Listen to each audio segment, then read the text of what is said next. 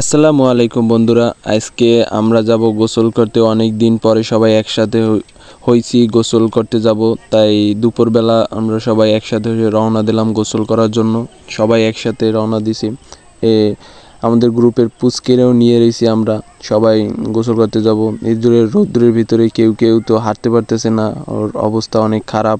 তার মারুফের কাছে আমি জিজ্ঞাসা করলাম, মারুফ তোমার কি অনুভূতি? মারুফ বলল অনেক সেই অনুভূতি, আজকে ও গোসল করবে 1 ঘন্টার মতো।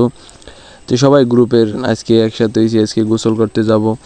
তাই হাঁটতেছি দুপুরবেলা আসলাম গোসলের জন্য। এসে সাধুবাড়ি আইসা দেখি ওরা আম পাড়ার জন্য প্রস্তুতি নিতেছে। আমি তো এই পাশে দাঁড়াই রয়েছি, দেখি কি করে ওরা।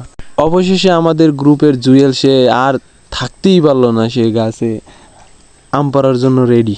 সে আমে ঢিল মারতেছে, একটার পর একটা ঢিল মারতেছে, কোনো প্রকারই পারতেছে না। এপাশে মারুফ খালি গায়ে দেখতেছে সব কিছু, যে কীভাবে আম পারে।